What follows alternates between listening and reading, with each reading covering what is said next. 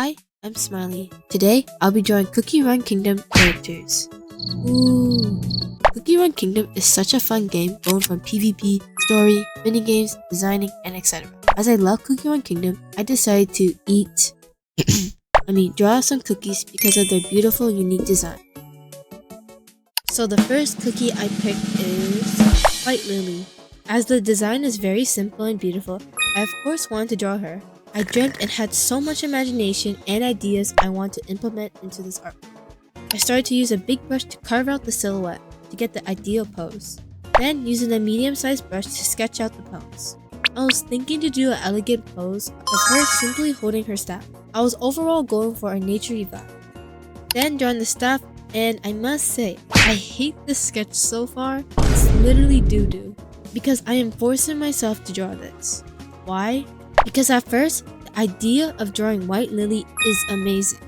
So much ideas, but when it came to actually drawing it, yikes, it was a downfall. Then I placed the flat colors and so on. Also, please don't mind the messy sketch and composition overall, because this whole art piece was a mess. And after 3 months of not touching this artwork, I gave up. Yes, I drew this in December and stopped. But then suddenly, I picked up back this artwork in March. Because the art bug suddenly hit when I was drawing this artwork of White Lily. So, what did I do? I restarted. Yeah, I completely scrapped the old composition and started fresh. Because why would I keep working on something I didn't like, right? This time, I went for a new pose, even the one that I hate doing the most, because it was hard. The back view. That angle always trips me up, especially with the head position. Honestly, the best advice I could give you is that don't be afraid to restart. You never know how much you improve until you do. For example, looking back at this artwork, the biggest lesson that I learned is to make it more simpler, confident sketch. So this time I focus on a clearer pose and clean lines. And I actually did it.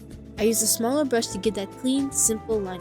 It really helped me fix the pose earlier on and get a clearer overall view. Clear pose equals good art. Plus, I didn't have to stress about fixing the pose halfway through the process.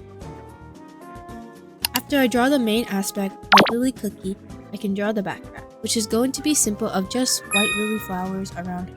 Because, well, of her name. I didn't want to render the full background, so I just focused on the main aspect and the flowers surrounding her.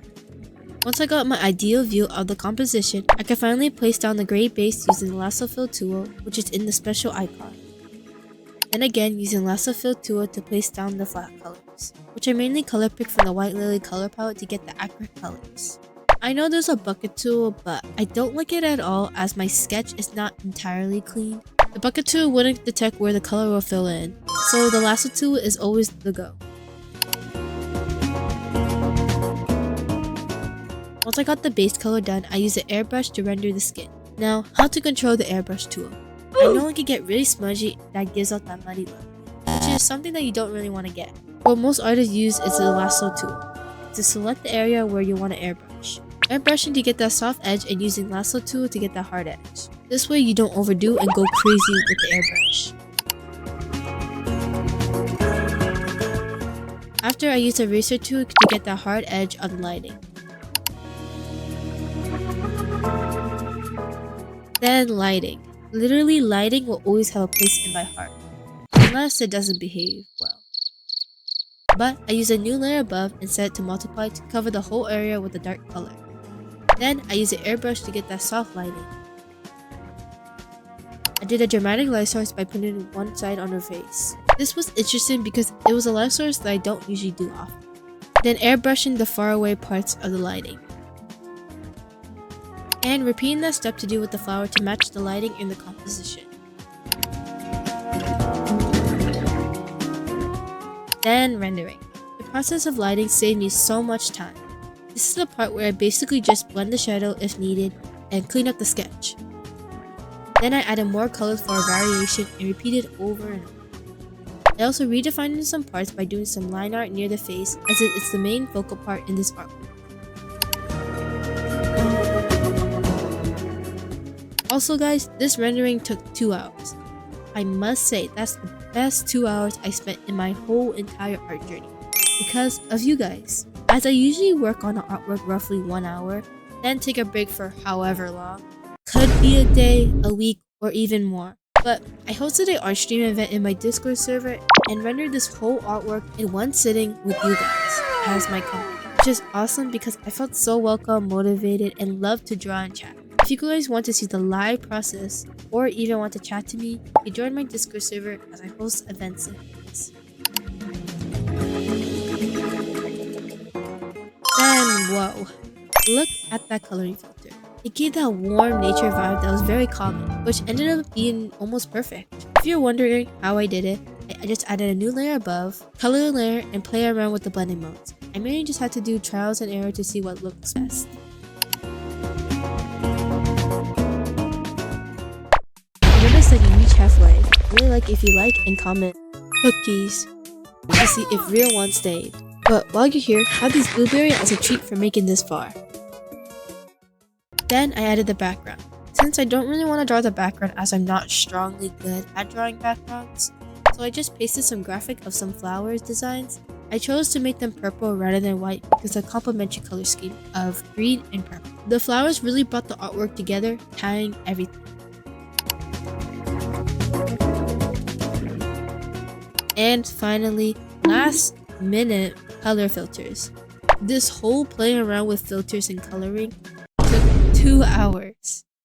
Yeah, I spent way too much time playing around with IbisPaint filters and layer over layers. I may be playing around with it too much, but at least I'm happy with the results. I must say that I am proud of myself like a mother, because you know artwork is good if it's profilable.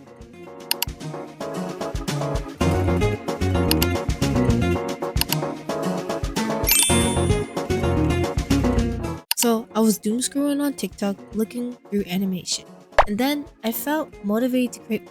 Had everything planned out coming from the composition, animation, song, mood, and characters, which is going to be Shadow Milk and Per Vanilla. Their dynamic is very strong, and I absolutely loved how complex they are. So I of course had to draw them. I drew them in a yin and yang type composition, since I thought it would fit best for them. My main goal was just to make this artwork storytelling, having lots of deep thoughts and meaning. Then placing on the flat color using lasso fill tool.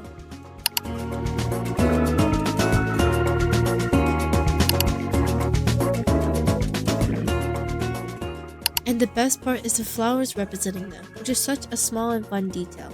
I made the blue flowers on the Per Vanilla side represent Shadow Milk Cookie, and the yellow flowers representing Per Vanilla on the Shadow Milk side. This just makes the character stand out more in the composition.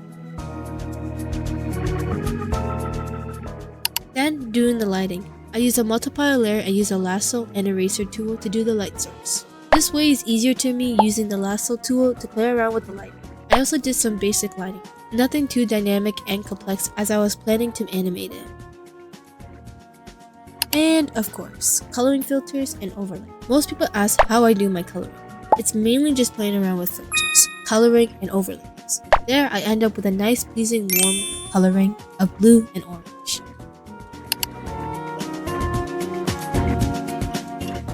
Now I'm rendering using the same step I always do, blending, then outlining to redefine certain parts. I started rendering Per Vanilla first. My main goal is to make him look really beautiful and elegant, like he's peaceful and calm. To capture that feeling, I use a soft desaturated colors like gold and blue. I also added plenty of detailed highlights to really show how beautiful he is. Then next, following the same steps, I render Shadow Milk Cookie. Instead of elegant and peaceful, I made him more on the bolder side.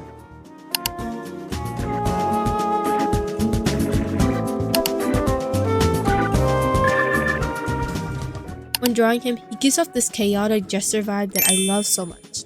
I just want to have an overall playful and fun vibe by having this happy, cheeky expression. To make it even more fun, I added crown shape to his eyelashes as I really thought that it will fit the best. I was also inspired by Farina lashes that I have drawn in this video, so go check it out if you haven't. After rendering him, I added some vibrant color to make it more snazzy and fun. Just redefining and adding more colors there and there. Just whatever space that felt empty, as I like my artwork full of details.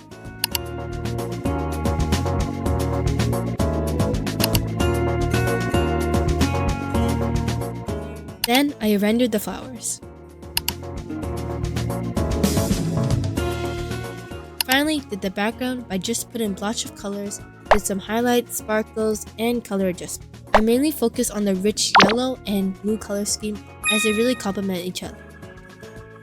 Once I was happy with the results, I can finally say that it's finished. Or is it? Okay, the whole reason why I even drew this was because to make an animation. Yeah, the urge to turn to a still artwork into something animated is real. So consider this a sneak peek. I'm using this piece as a base for animation. I am super excited to finally announce it.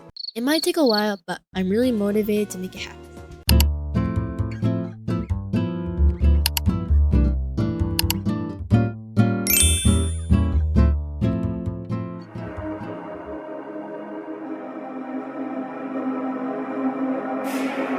Here are the two artworks.